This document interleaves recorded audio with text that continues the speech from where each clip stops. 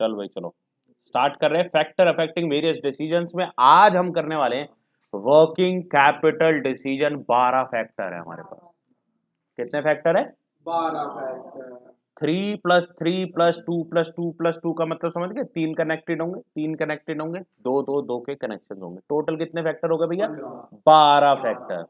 तो बट 12 तो टोटल है ही ना। तो वर्किंग कैपिटल क्या होती है? Current asset minus current liability accounting sense में।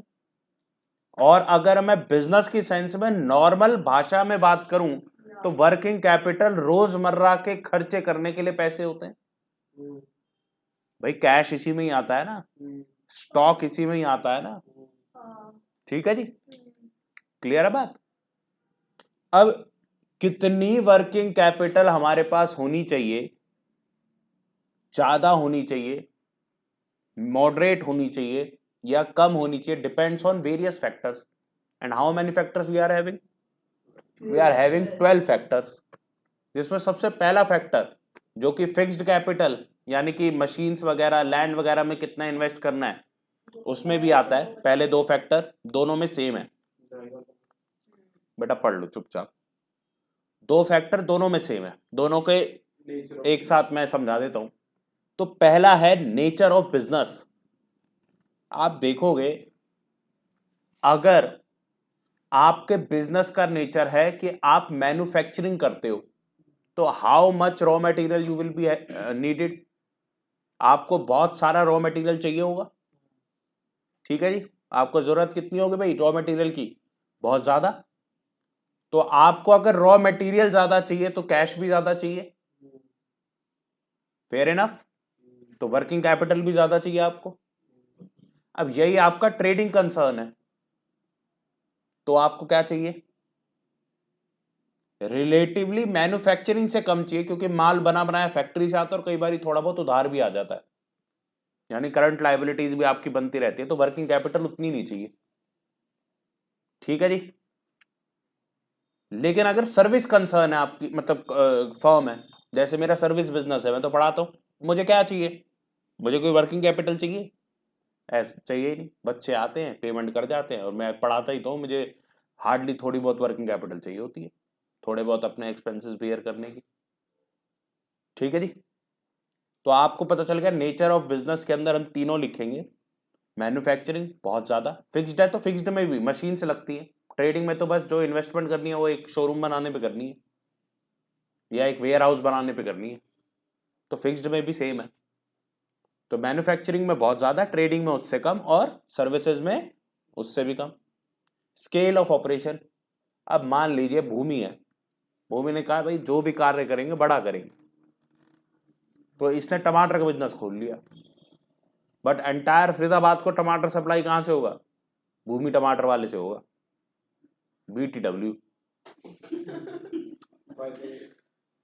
हाँ, बिट्टू टिक्की वाला, ऐसी भूमि टमाटर वाला। अब बड़े स्केल पे टमाटर का बिजनेस कर रहे हैं तो बड़ा पैसा चाहिए।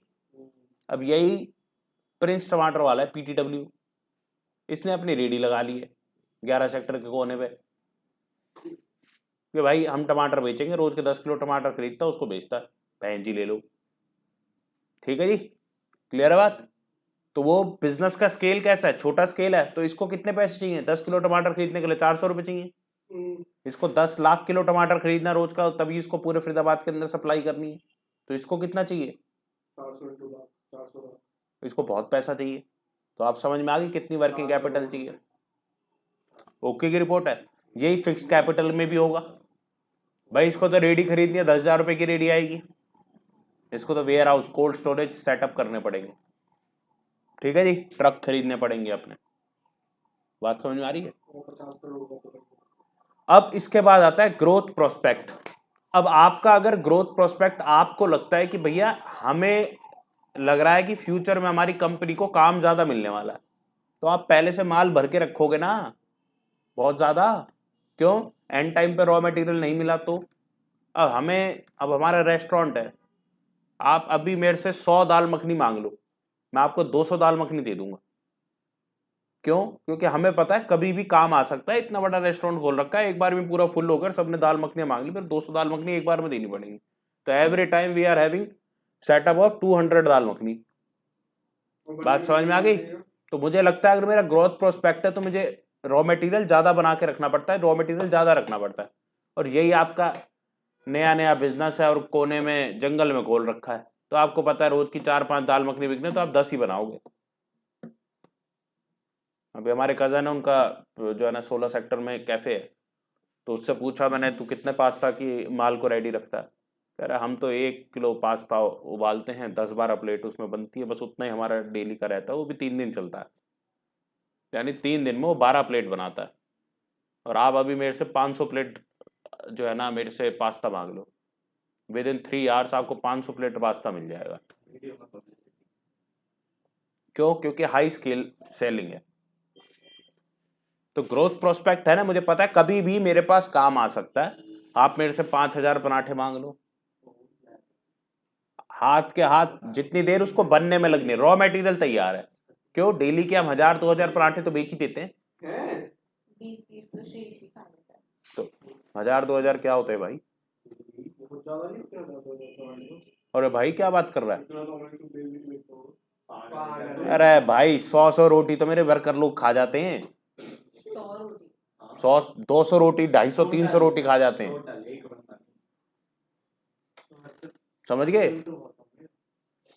क्योंकि ग्रोथ प्रोस्पेक्ट है ना, हमें पता है कि भाई इतना बड़ा रेस्टोरेंट है, कभी भी लोग आ सकते हैं। मान लिया एक पार्टी आज सुबह बुक करके गए, शाम को है, अब शाम तक मैं मीजा रेडी करता रहूंगा, भाई दाल मखनी तैयार करो, शाम को इतना माल तैयार पड़ा रहता है। आप अभी 200 बंदे भेजो और 200 बंदों की पार्टी करा दो, आपको माल पूरा मिलेगा। आप बना के ठीक है जी। और बेटा उसी वक्त थोड़ा बनती होती है दाल मखनियां। अभी आपको समझ में आ गया ग्रोथ प्रोस्पेक्ट? समझ में आ गया क्या होता है? तो अगर आपका ग्रोथ प्रोस्पेक्ट ज्यादा है तो आपको working capital as well as fix capital दोनों ज्यादा चाहिए। समझ में आ गई? और आपका अगर ग्रोथ प्रोस्पेक्ट कम है तो आपको working capital as well as fix capital relatively कम चाहिए। और बहुत कम ग्रोथ प्रोस्पेक्ट है तो चाहिए ही नहीं, ना के बराबर चाहिए। इसके बाद आ जाता है कॉस्ट, सॉरी बिजनेस साइकिल, चौथा पॉइंट। ये मैंने 3 पॉइंट दोनों के समझा दिए। इसके बाद आता है हमारा बिजनेस साइकिल। आपको लग रहा है बिजनेस साइकिल में बूम है, फॉर एग्जाम्पल दिवाली का टाइम बूम पीरियड होता है, अभी न्यू ईयर का टाइम रेस्टोरेंट बिजनेस के लिए बूम पीरियड है। अब आप बताओ, मेरे को पता है कि आज 31 दिसंबर है, ठीक है जी, तो मुझे क्या करना चाहिए? कितनी दाल मखनी पहले से तैयार रखनी चाहिए? आज 200 नहीं, आज 600 दाल मखनी तैयार रखनी चाहिए। क्यों? रिलेटिवली 3 गुना ज्यादा काम आएगा। आज तो जोमेटो के ऑर्डर बजेंगे, आज स्विगी पे भी ऑर्डर बजेंगे, और वॉक इन कस्टमर भी बहुत होगा, टेक अवे भी बहुत जाएगा, और बल्क में जाएगा। क्यों? घर में हो रही होंगी पार्टियां, भैया 8 दाल मखनी एक साथ पैक कर दो। होता है कि नहीं होता? बात समझ रहे हो इस चीज को? अब बूम का पीरियड है, अब यही जो है ना श्राद्ध आ गए, श्राद्ध में आप मेरे से मांग लेते 200 श्राद्ध। तो यूजुअली श्राद्ध में जो है लोग बाहर का खाना नहीं खाते, तो हमारा एक नॉनवेज आउटलेट है, तो श्राद्ध में ना नॉनवेज नहीं बिकता। तो यूजुअली आप आज मुझसे 10 बटर चिकन या 20 बटर चिकन या 50 बटर चिकन भी मांगोगे, मैं एक बार में आपको अवेलेबल करा दूंगा। श्राद्ध में मेरे से आपने 5 बटर चिकन मांग लिया, मैंने अवेलेबल नहीं करा सकता था। हम रखते ही 2 बटर चिकन 3 बटर चिकन है। क्यों? लोग खाते ही नहीं, और मोस्टली वो बटर चिकन जो है हमें डिस्पोज ऑफ करने पड़ते हैं, या लड़कों को बिफोर दे गेट मतलब खराब हो जाए, स्पॉइल हो जाए, उससे पहले हम उसको दे देते हैं। This is what. यही आप राजेंद्र दा ढाबा कभी गए हो तो वहां पे आप जाओ और एक वक्त में उनसे ये कह दो जी हमारे को 300 चिकन चाहिए पूरे पूरे करी वाले, वो कहेगा 600 ले जा यार, मैं रोज के 1000 चिकन बना रहा हूँ। They actually make 1000 chicken a day, और ऐसे फटाफट माल बेचते हैं। और मतलब एक पूरा का पूरा आप ये समझो कि पूरा का पूरा 9 सेक्टर का एक जो ब्लॉक है ना, दैट इज राजेंद्र का ढाबा, पूरा ब्लॉक। कभी गया है तू राजेंद्र का ढाबा? नहीं गया तो तेरे को सबसे पहला काम राजेंद्र का ढाबा जाना चाहिए अगर तुम्हें रेस्टोरेंट चलाना है। सफदरजंग के पीछे, बिल्कुल नियर बाय है। इफ यू वांट टू हैं, सफदरजंग से पहले तो हॉस्पिटल यार, कहाँ पे? दिल्ली में यार, एम्स सुना है? हाँ। एम्स के पास में मिल जाएगा। आप राजेंद्र का ढाबा सुना हुआ है, बहुत फेमस है क्या? बहुत फेमस है। कितना? एक ब्लॉक 9 सेक्टर का, आप ये ब्लॉक है आपका, कोई भी आपका कमर्शियल ब्लॉक है फरीदाबाद के अंदर, एक ब्लॉक ले लो उसका, मतलब मान ले 20-30 दुकानें हैं ना, वो पूरा राजेंद्र का ढाबा है। अमरीश सुखदेव उसके आगे मैटर ही नहीं करता। देख अमरीश सुखदेव एक हाईवे पे है तो वो उस हिसाब से चल रहा है। आप सोचो एक मार्केट कैप्चर कर रखी है यार, मार्केट का नाम राजेंद्र का ढाबा मार्केट हो गई है वो। अब खातिर भी इतना बड़ा होगा वो खातिर के पास वाली मार्केट। समझ गए बात को? इसके मुंह में घी शक्कर कि नहर पार जाना ही इस नाम से जाए हैं।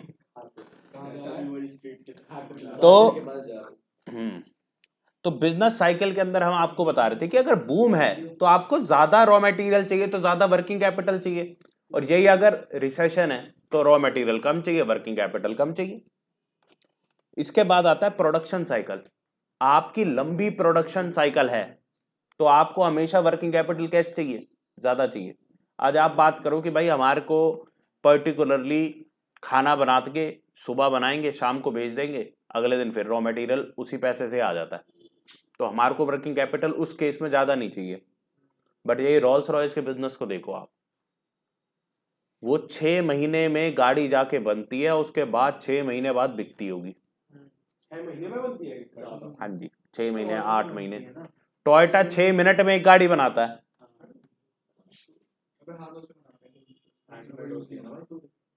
ठीक है जी भैया, ये कैसे होता है, कैसे होता है गूगल सर्च कर लेना आप, मैं आपको एक रिसर्च वो दे रहा हूं। तो प्रोडक्शन साइकिल इतनी ज्यादा है, तो यानी अब रोल्स रॉयस को in comparison to Toyota working capital की रिक्वायरमेंट ज्यादा होती होगी, बिकॉज उनका प्रोडक्शन पीरियड जो है वो बहुत बड़ा है। बात समझ में आ गई? क्लियर है बात? फॉर एग्जाम्पल दूसरा भी एक और एग्जाम्पल ले लीजिए। मान लीजिए मेरा कंस्ट्रक्शन का बिजनेस है, अब 1 साल में जाके 1 साल के बाद जाके बिल्डिंग बनेगी, उसके बाद वो बिकेगी 2 साल में, तो 2 साल तक के लिए मेरे पास पैसा हमेशा होना चाहिए। बट यही मेरा टमाटर का बिजनेस है, तो सुबह जो पैसे लगाए शाम तक वो कैश हो जाएंगे, अगले दिन प्रॉफिट अपना अलग करो, फिर माल उसी पैसे को डाल लो। तो वर्किंग कैपिटल कितनी चाहिए? थोड़ी सी चाहिए।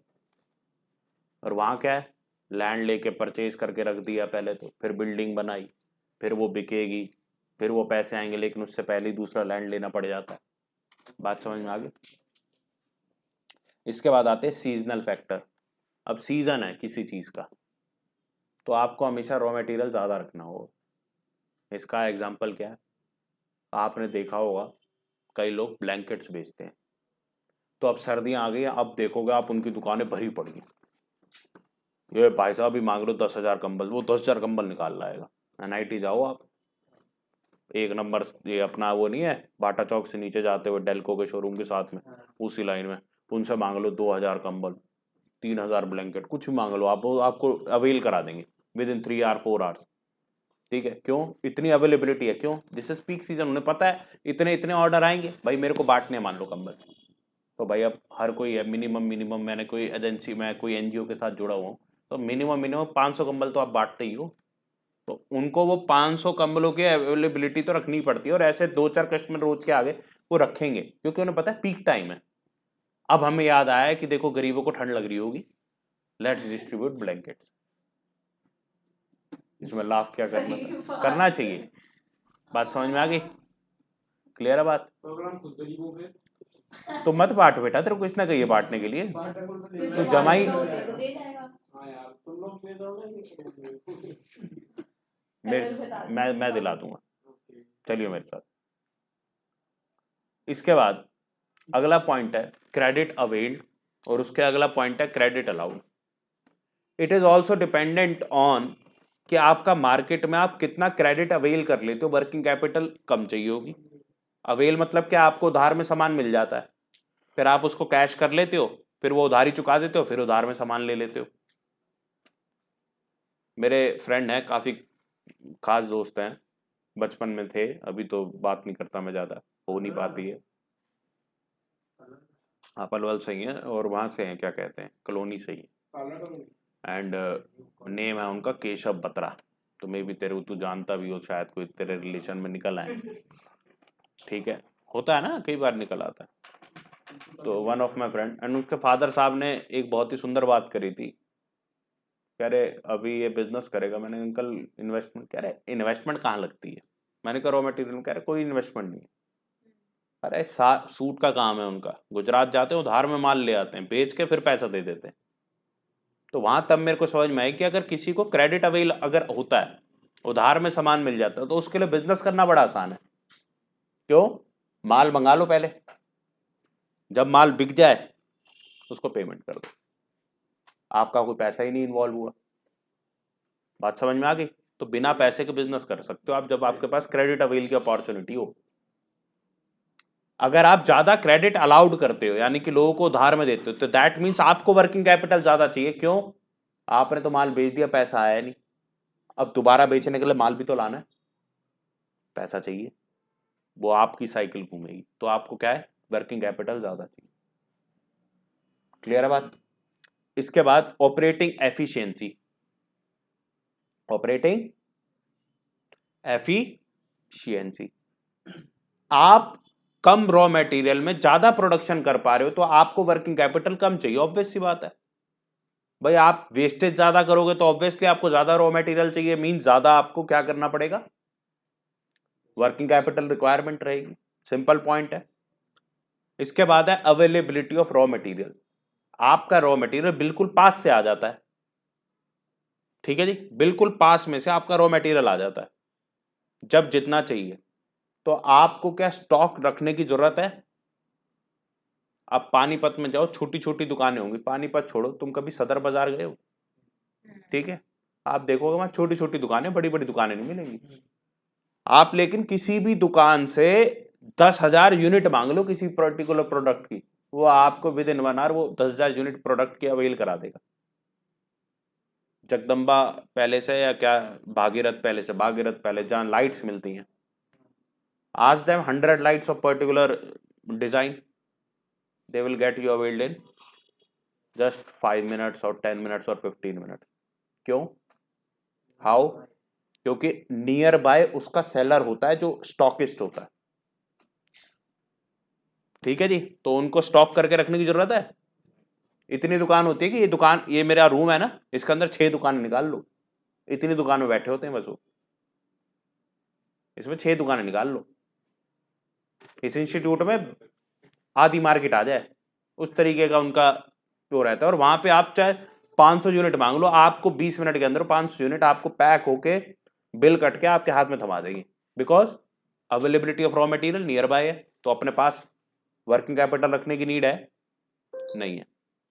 अब सिमिलरली आपका रॉ मटेरियल आता ही चाइना से है, अब क्या आप 1-1, 2-2 किलो मंगाओगे? आपको बल्क में मंगा के रखना पड़ेगा कि 6 महीने बाद दोबारा कंटेनर आ पाएगा इंडिया में। तो 1 साल का रॉ मटेरियल हमेशा आपके पास होना चाहिए।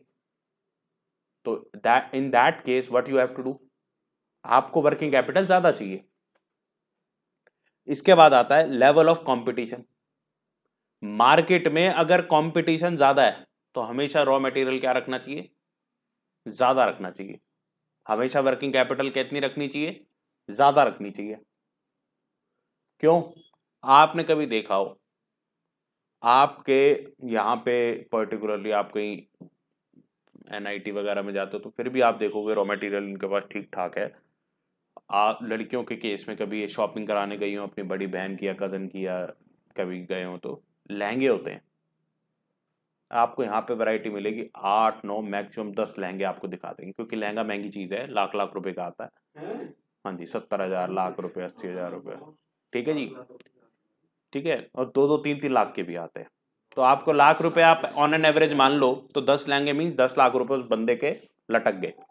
तो यहाँ आपको ज्यादा नहीं मिलेगा, क्योंकि यहाँ पे कंपटीशन भी ज्यादा नहीं है, हर कोई 10-12 रखते हैं, और कंपटीशन भी ज्यादा नहीं है, गिनी चुनी लहंगों की दुकान है, आदमी को वहीं से परचेज करना पड़ेगा। लेकिन यहीं आप चले जाओ अपना चांदनी चौक हो गया, और उसके अलावा वो कौन सा, करोल बाग, वहाँ एक दुकान के अंदर आपको 500 पीस मिल जाएंगे लहंगों के।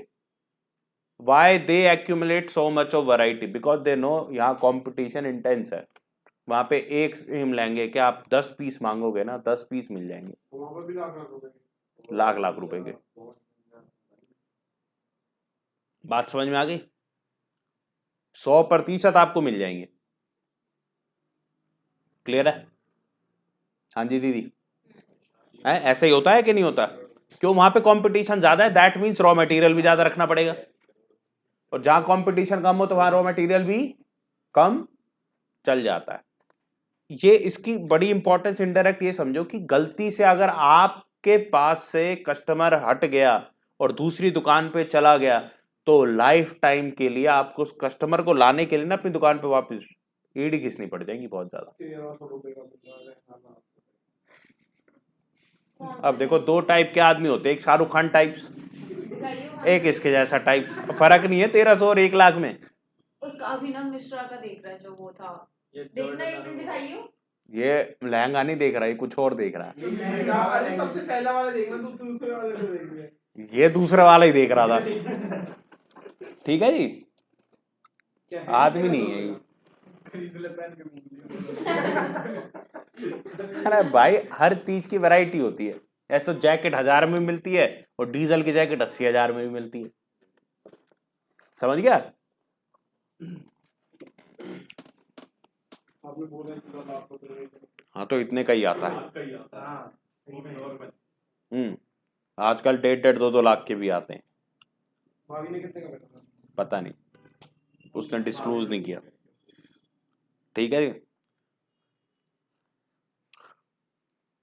ये समझ ले मैं बीइंग अ बॉय होके जो मेरी खुद की ड्रेस थी वही 40-40, 50-50 हज़ार रुपए की थी, तो अब सोचो ना औरतों का कितना महंगा होगा, क्योंकि हमारी में तो जड़ी बूटी जो एम्ब्रॉयडरी टाइप्स होती है वो कम होती है, ठीक है, और उनके में तो भरा ही होता है कि नहीं? उनकी तो चुन्नी भी एम्ब्रॉयडरी वाली एंड एवरीथिंग।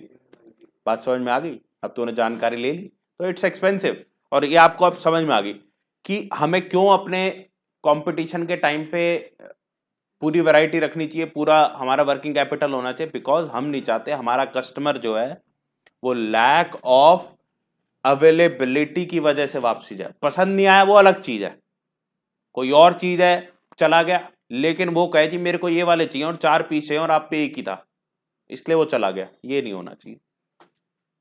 बात समझ में आ गई? 100%। हाँ जी, हमेशा ये बात आपने अपने बिजनेस में भी याद रखनी है, कस्टमर आपके कॉम्पिटिटर के पास जाना नहीं चाहिए। वो अगर आपके कॉम्पिटिटर के पास चला गया, देखो कुछ चीजें अनअवॉइडेबल है, मान लीजिए आपका खाना ही उसको पसंद नहीं आया, हमारा रेस्टोरेंट बिजनेस है तो खाना पसंद नहीं आया फिर चला गया, अलग चीज है। हमारे पास खाना अवेलेबल नहीं है इस वजह से चला गया। बात समझ में आ गई? पर आपके रेस्टोरेंट में नहीं रहता हूं क्या ब्राउनी? ब्राउनी के लिए तू चला जा यार, वो हमारा मेन कोर्स, मेन बिजनेस नहीं है। तो कभी मेरे पास आ मेन कोर्स के लिए, दाल मखनी, पनीर बटर मसाला, वो हमेशा तेरे को बल्क में अवेलेबल रहेगा, क्योंकि वो हमारा मेन प्राइम बिजनेस है यार। ये सब तो हम अपना बिल साइज बढ़ाने के लिए चीजें रखते हैं ना, brownie with ice cream and all. 9 brownie थी टोटल मिला के पूरे खाते डालवाने थे। हाँ तो इतनी होती है, कुछ ज्यादा बिकती नहीं है ना मेरे बेटे। और तेरे जैसा समझदार आदमी कोई कोई आता है तो एक ही बार में 8-8, 9 मांग लेता है। मैं उस दिन बैठा हुआ ऑर्डर लगवा रहा था, ये भाई साहब आए होंगे, मैंने कहा भाई साहब आज पता नहीं क्या हो गया भाई, ब्राउनी सारी मेरे को लग रहा है इसने मंगाई थी अपने टेबल पे। नहीं मंगाई थी ना? हां, अरे 4 शेक मंगाए थे और वही ब्राउनी वाले मंगाए थे क्या? नहीं यार, घर वालों के साथ, बड़े भाई बहन के साथ गया था और 4 मंगाए थे ब्राउनी विद आइसक्रीम। उसके बाद अपने लिए अलग शेक मंगाया, वो कुछ बढ़िया लगा तो कहता ब्राउनी खत्म हो गई।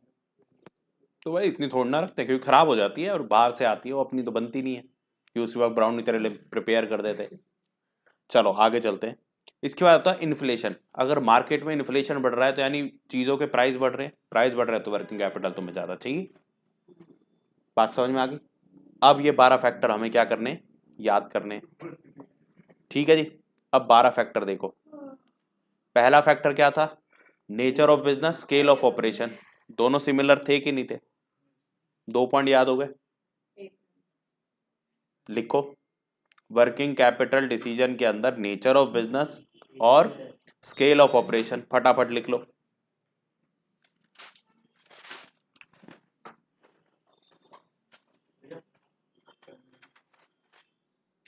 कुछ अपना भी ले आया करो बेटे, चलता है ये।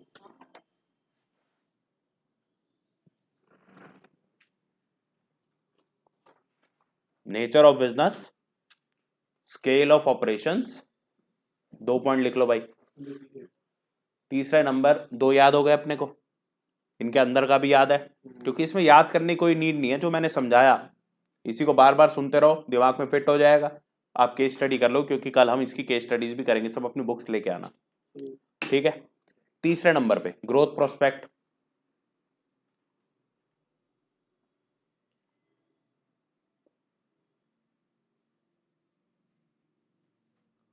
ठीक है जी, ओके जी।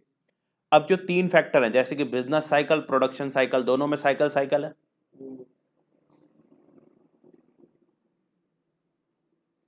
बिजनेस साइकिल में जैसे बूम और रिसेशन है कि बहुत अच्छा इकोनॉमी में ग्रोथ है, तो सिमिलरली सीजनल फैक्टर भी मैचिंग सी बात है ना, तो इसलिए इसको भी एक साथ याद कर लेते हैं। Business cycle, production cycle, seasonal factors.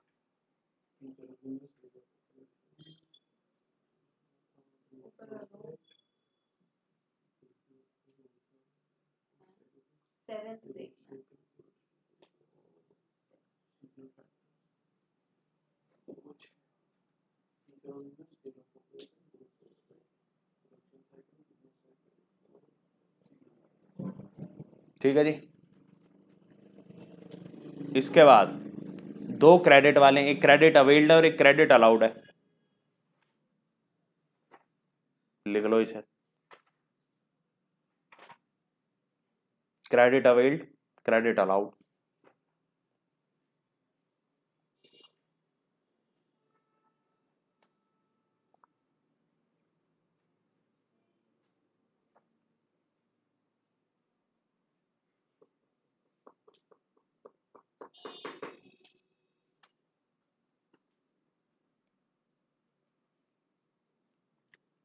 इसके बाद ऑपरेटिंग एफिशिएंसी भी रॉ मटेरियल से मेजरली रिलेटेड है, अवेलेबिलिटी ऑफ रॉ मटेरियल और ऑपरेटिंग एफिशिएंसी।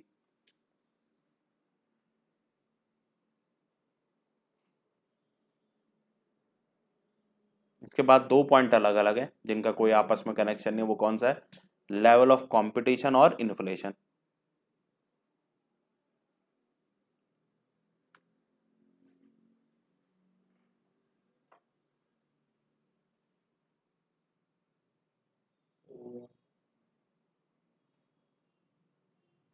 दोबारा 12 पॉइंट दोबारा से लिखो जब तक याद ना हो जाए।